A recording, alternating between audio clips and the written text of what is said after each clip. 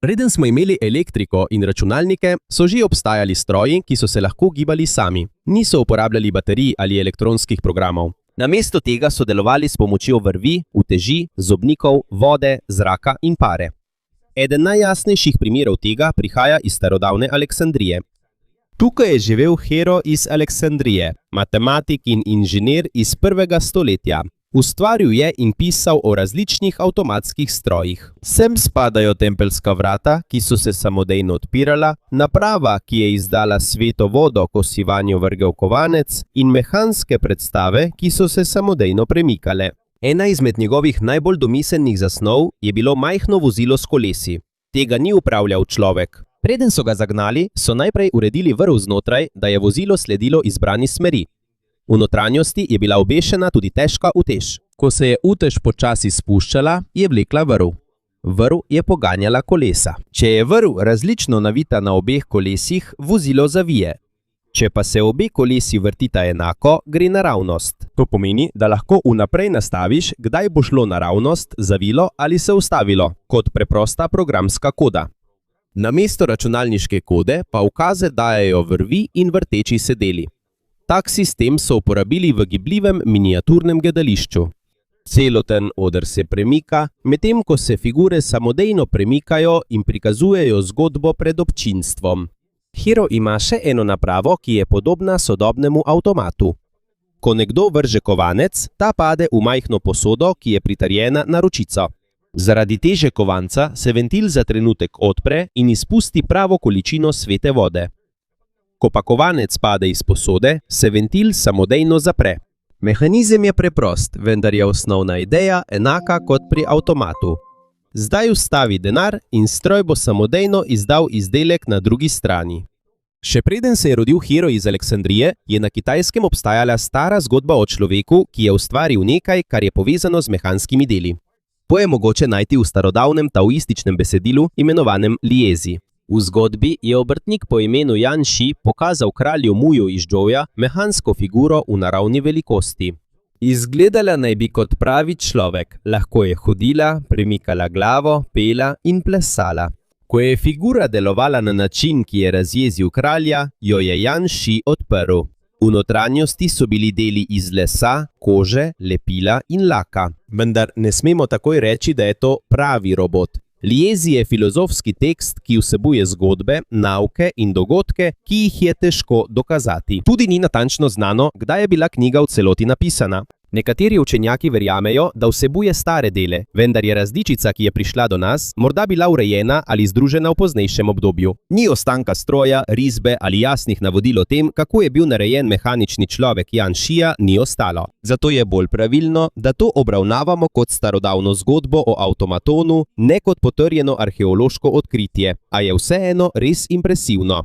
Kljub temu je možno, da je zgodba nastala iz preprostejše lutke ali mehanične figure, ki je bila sposobna izvajati le omejena gibanja. Stari kitajski obrtniki so že poznali izdelavo mehanizmov za samostrel, ključavnic, vodnih ur in drugih strojev z gibljivimi deli. Zato ni nemogoče, da so izdelali figuro, ki so jo lahko premikali s skritim vzvodom ali vrvjo, vendar ni dovolj dokazov, da so izdelali robota, ki bi bil skoraj enak pravemu človeku.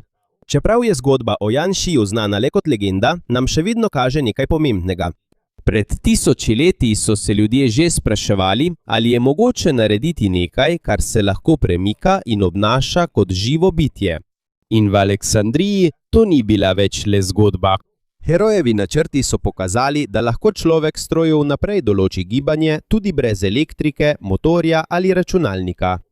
Pravzaprav Hero iz Aleksandrije ni zasnoval le preprostega vozila. Naredil je tudi avtomatsko gledališče, ki je lahko prikazovalo celotne prizore brez človeškega upravljanja. Na majhnem odru so se figure premikale, vrata so se odpirala in prizori so se samodejno menjavali. Vse deluje s pomočjo uteži, vrvi, škripcev, osi in vrtečih se delov.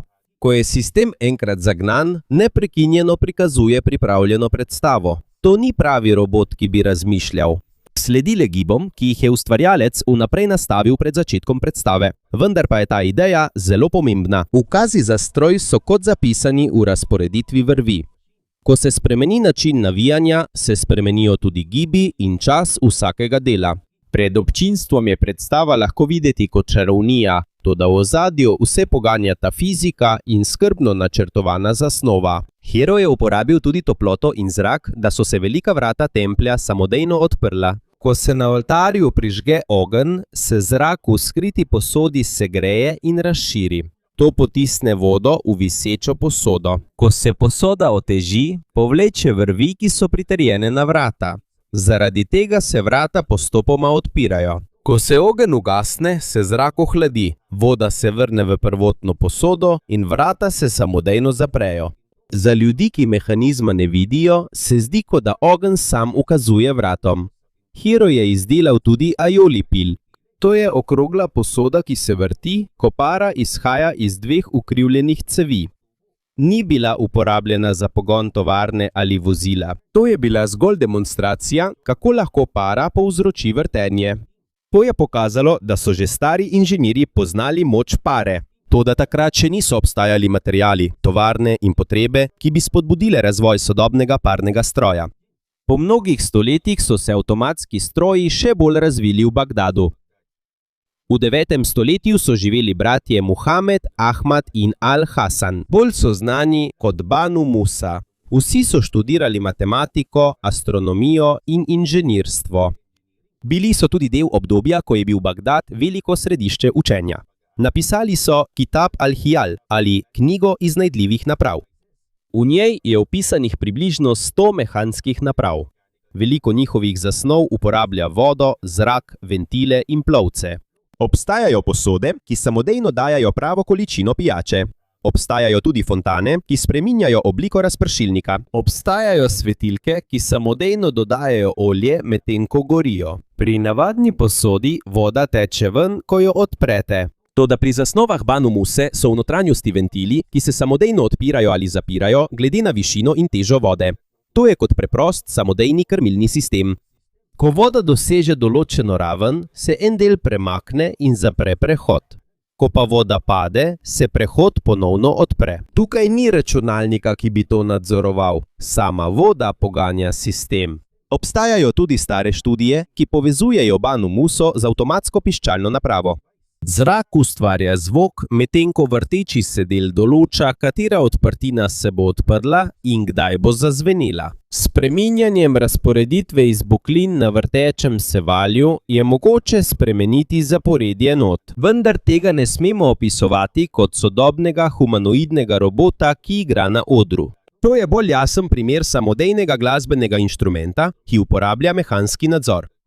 Bagdad je bil v tistem času zelo pomemben. Zaradi tega so tam preučevali in vključili veliko starega znanja iz Grčije, Perzije, Indije in drugih krajev. Niso samo kopirali starih idej, dodali so jim tudi nove in jih izboljšali. V 12. in 13. stoletju je še en inženir izdelal bolj podrobne avtomatske stroje. To je bil Ismail al-Džazari. Delal je na dvoru vladarjev Artukid v Diyarbakirju, ki je danes del jugovzhodne Turčije. Leta 1206 je dokončal knjigo o izdelavi mehanskih naprav. Ni samo povedal, kaj vsaka naprava počne. Dodal je tudi jasne risbe in razlage, kako delujejo njeni deli. Ena izmed njegovih najbolj znanih zasnov je čoln z avtomatskimi glasbeniki. Na čolnu so bile figure, ki so sedele in se pretvarjale, da igrajo glasbo. Medtem ko je voda tekla skozi sistem, so se njihove roke premikale in instrumenti so oddajali zvoke. Ritem bobna so nadzorovali majhni zatiči, pritrjeni na vrteči se val. Ko je zatič zadel ročico, se je bobnarjeva roka premaknila in udarila po bobnu. Ko so spremenili položaj zatičev, se je spremenil tudi ritem. To je bilo kot zgodnji bobnarski stroj.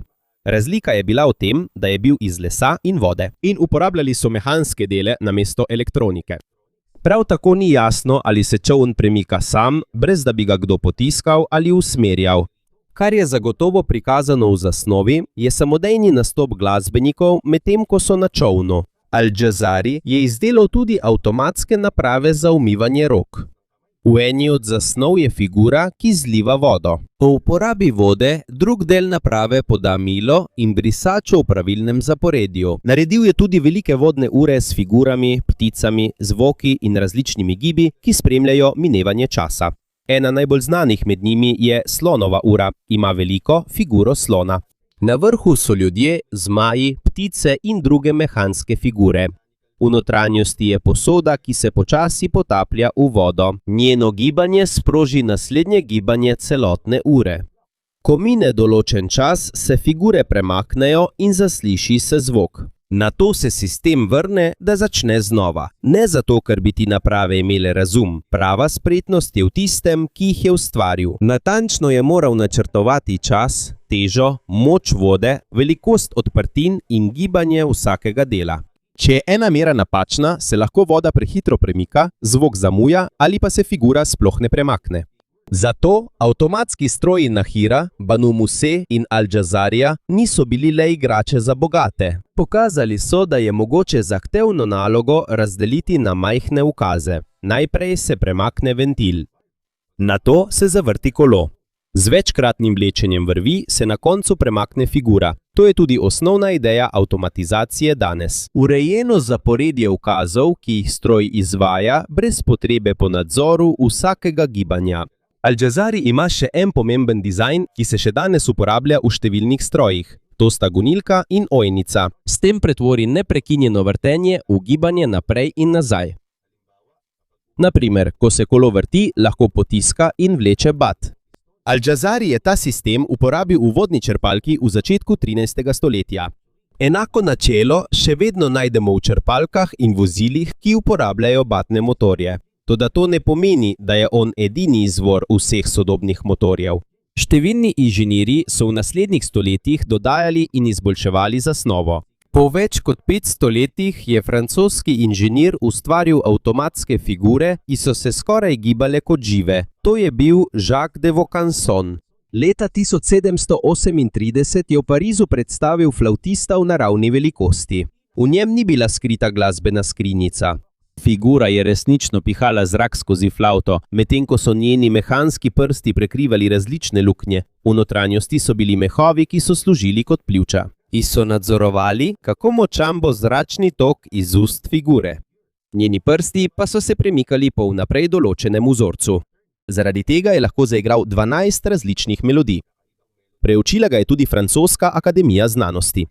Ugotovili so, da zvok dejansko proizvaja flavta sama in ne kakšen skrit instrument v notranjosti telesa. Vaucanson je izdelal tudi še enega glasbenika, ki je igral na piščal in boben. Toda njegova najbolj znana stvaritev ni bila človek, bila je mehanska raca. Narejena je bila iz kovine in je lahko premikala vrat, krila, kljun in noge. Pila je, jedla zrnje in oddajala zvoke kot prava raca. Najbolj presenetljivo pa je bilo, da je po hranjenju izločila nekaj, kar je izgledalo kot iztrebek. Zaradi tega je veliko gledalcev verjelo, da mehanska raca res prebavlja hrano, ki jo pogoltne. A vendar je bila to le še ena prevara, saj je zrnje, ki ga je pojedla, šlo v poseben ločen zaboj. Tisto, kar je prišlo ven zadaj, pa je bilo že vnaprej pripravljeno. To so pripravili še preden se je demonstracija sploh začela. Zato se prebava v notranjosti race v resnici ne dogaja. Le zelo dobro sta bili skriti dve ločeni posodi. To ne zmanjšuje spretnosti ustvarjalca. Še vedno je zelo težko uskladiti gibanje vratu, kljuna, kril, nog in drugih delov, da bi kovinska žival izgledala živa. To tudi prikazuje, kaj so želeli izvedeti inženirji tistega časa. Koliko gibov živega bitja lahko posnema stroj. Sčasoma se je originalna raca pokvarila in izgubila. Ostale so le stare risbe, opisi in replike, narejene na podlagi zapisov o njej. Delo Vaucansona se ni končalo le pri zabavi. Dodelili so mu nalogo, da pomaga svilarski industriji v Franciji. Našel je način, da je postopek tkanja naredil bolj avtomatičen. Izdelal je statve, ki so uporabljale perforirane dele za nadzor nad tem, katera nit se bo premaknila. Celotna njegova zasnova v tistem času ni bila uspešna, vendar pa so bile nekatere ideje iz tega kasneje izboljšane v žakardovih statvah. Pri žakardovih statvah luknje na kartici določajo, katera nit se bo dvignila. Ko je vzorec lukenj drugačen, se tudi vzorec na tkanini spremeni. To je kot navodilo zapisano z luknjami. Ta sistem je postal pomemben v zgodovini računalništva, ker je pokazal, da je mogoče navodila zapisati na fizičen predmet in jih dati stroju, da jih prebere. Vendar ni prav reči, da je Vaucanson sam ustvaril prvi računalnik. Njegovo delo s tekstilom je bilo le eden od korakov, ki so vodili do bolj naprednih programabilnih strojev. Medtem ko je Vaucanson v Franciji izdeloval avtomatske živali, je ena družina švicarskih urarjev pripravljala bolj zapletene figure. To je bila družina Jacquet-Dreux. V 70. letih 18. stoletja sta Pierre Jacquet-Dreux in njegov sin Henri Louis skupaj z njihovim sodelavcem Jean-Frédéricem Lechotom ustvarila 3 slavne avtomate. Obstaja glasbenik, umetnik, ki riše in otrok, ki piše. Najbolj znan med njimi je pisec. To je figura otroka, ki sedi pred mizo. Drži pero in pred njim je papir. Ko ga zaženejo, približa pero črnilu, odstrani odvečno črnilo in začne pisati. Njegova roka se premika počasi. Njegove oči in glava prav tako sledijo konici peresa. Ni sposoben kopirati le ene fiksne besede. V notranjosti je sistem, ki ga je mogoče prilagoditi za izbiro črk. Zaradi tega lahko ustvari sporočilo dolgo do 40 znakov. V notranjosti njegovega telesa je na tisoče majhnih delov. Odmikači nadzorujejo vsak gib roke. Navzgor, navzdol, levo, desno in kako močno bo pero pritisnjeno na papir. Ker sta izbira črk in gibanje roke ločena, lahko to štejemo za zgodnji programabilni pisalni avtomat. Ne razume besede, ki jo piše, in tudi nima lastnega uma. Izvaja le točno tista navodila, ki jih je ustvarjalec vnesel vanjo. Pisec in še 2 avtomata Jacquet-Dreuxa ostajajo v Muzeju umetnosti in zgodovine v Neuchâtelu, Švica. Zanje skrbijo kot za pomembne primere inženirstva iz 18. stoletja. Navzven izgledajo le kot igrače bogatih ljudi. Toda v notranjosti so pokazali idejo, ki je pomembna še danes. Pisanje, igranje in risanje je mogoče razdeliti na veliko natančnih gibov in na to lahko te gibe izvede stroj.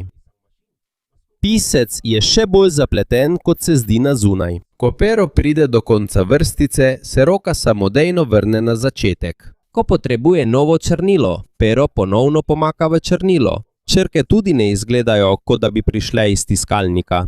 Vsaka črka ima debele in tanke poteze, kot da bi bila resnično napisana na roko. V notranjosti ima na tisoče drobnih delov. Vsako gibanje roke, glave in oči nadzorujejo ločeni deli. Še bolj impresivno pa je, da je mogoče spremeniti sporočilo, ki ga piše. V notranjosti je krožeči sistem, ki določa, katera črka bo narejena in kakšen je pravilen vrstni red. Zmožen je napisati sporočilo do 40 znakov. Ne razume pomena besed, vendar pa mu je mogoče dati nova navodila, ne da bi bilo treba spremeniti celoten mehanizem. To je razlog, zakaj se pisec šteje za enega prvih programabilnih avtomatov. V muzeju sta poleg tega še 2 figuri, ki so ju izdelali Pierre Jacquet-Dreux, Henri Louis Jacquet-Dreux in Jean-Frédéric Lechot med letoma 1768 in 1774. Prva je rizar. Tudi ta je otroška figura, vendar drži svinčnik, zmožen je narediti 4 različne risbe. Med njimi so slika psa, kraljevi portret in prizor Kupidona, ki se vozi v majhni kočiji. Medtem ko riše, se občasno ustavi in pihne na papir, kot da odstranjuje prah svinčnika. Drugi je glasbenik. To je figura ženske, ki sedi pred majhnimi orglami. Ne le, da se pretvarja, da igra, pravzaprav pritiska s prsti na tipke, da ustvari zvok. Zna zaigrati 5 melodij. Premika tudi glavo in oči, ko sledi svojim rokam. Prsni koš se rahlo dviguje, da izgleda, kot da diha. Po končani pesmi se prikloni pred občinstvom. Ti majhni gibi so bili naređeni zato, da figure ne bi izgledale kot togi kipi. Ni dovolj, da se premika samo roka. Premikati se morajo tudi oči, glava, prsi in telo ob pravem času, da izgledajo živo. Ko so bili narejeni 3 avtomati, še niso bili muzejski eksponati. Družina Jacques-Dreux jih je uporabljala, da bi bogatim strankam in kraljevemu dvoru pokazala, kako spretni so pri izdelavi ur in drugih mehanskih predmetov. Svoje izdelke so razstavljali v različnih delih Evrope. Njihovo podjetje je doseglo tudi velike trge v Aziji, vključno z imperialnim dvorom na Kitajskem. Pametno so prodajali svoje izdelke. Namesto da bi preprosto rekli, da dobro izdelujejo ure, pokazali so otroka, ki piše, otroka, ki riše in žensko, ki igra na glasbilo. Ko to vidi kralj ali bogat poslovnež, takoj pomisli, da če znajo narediti tako zapleteno figuro, znajo narediti tudi zelo lep uro. Zato avtomati niso le predstava, so tudi kot gibajoči se oglas za njihov talent. 3 figure so prispele v Muzej umetnosti in zgodovine v Neuchâtelu v začetku 20. stoletja. Tam ostajajo kot ene najpomembnejših avtomatskih figur, narejenih v 18. stoletju. A to ne pomeni, da jih vedno poganjajo. Njihovi deli so stari in občutljivi, strokovnjaki jih morajo nadzorovati in popravljati, da se popolnoma ne pokvarijo. Trenutno je pisec še vedno razstavljen, vendar začasno ne deluje zaradi tehnične težave. Načrtovana demonstracija risarja in glasbenika pa se nadaljuje. Ti trije so pomembni, ker jasno prikazujejo razliko med samodejnim gibanjem in pravo inteligenco. Znajo pisati, risati in igrati, vendar ne morejo sprejemati lastnih odločitev. Pisec ne more izbrati, kaj želi povedati. Risarski stroj ne more ustvariti nove slike. Tudi glasbenik ne more izbrati svoje lastne pesmi. Vsa njihova dejanja izhajajo iz navodil, ki jih je ustvarjalec vnesel vanje. To je tudi njihova glavna omejitev. Čeprav je danes veliko avtomatskih sistemov, je lahko naprava zelo hitra in zelo zmogljiva. Vendar je še vedno odvisna od zasnove, podatkov in ukazov, ki jih je dal človek. Zato ni pravilno reči, da je vsak starodavni avtomat neposredni prednik sodobnega robota. Njihova tehnologija je bila drugačna in niso imeli elektronike, senzorjev ali umetne inteligence. Vendar pa so si zastavljali isto vprašanje, na katero so poskušali odgovoriti. Koliko človeških opravil je mogoče razdeliti na majhne korake in jih prepustiti nečemu, kar ne zna razmišljati? Pri pisanju je treba najprej izbrati črko, premakniti roko, pritisniti s pisalom in se premakniti na naslednji del. Pri risanju je treba nadzorovati smer, dolžino in debelino vsake črte. Pri igranju glasbe je treba pritisniti pravo tipko ob točno določenem času. Ko so vsi ti koraki urejeni, lahko mehanska figura izvede gibanje, ki ga je prej lahko naredil samo človek. Tam se je začela večja ideja avtomatizacije. Ne v ustvarjanju stroja, ki je resnično živ, ampak v razumevanju, da je mogoče zapleteno nalogo razdeliti, urediti in ponoviti. Iz lesa, kovine, vode in urnih mehanizmov je človek postopoma spoznal, kako vstaviti navodila v napravo. Danes uporabljamo elektronsko kodo, toda izziv ostaja enak. Kako naučiti nekaj brez uma, da pravilno opravi nalogo? To je razlog, zakaj so stari avtomati še vedno pomembni. Ne dokazujejo, da so že v starih časih obstajali napredni roboti. Dokazujejo, da so ljudje začeli razmišljati o avtomatizaciji, programiranju in posnemanju gibanja živih bitij veliko prej, kot smo mislili.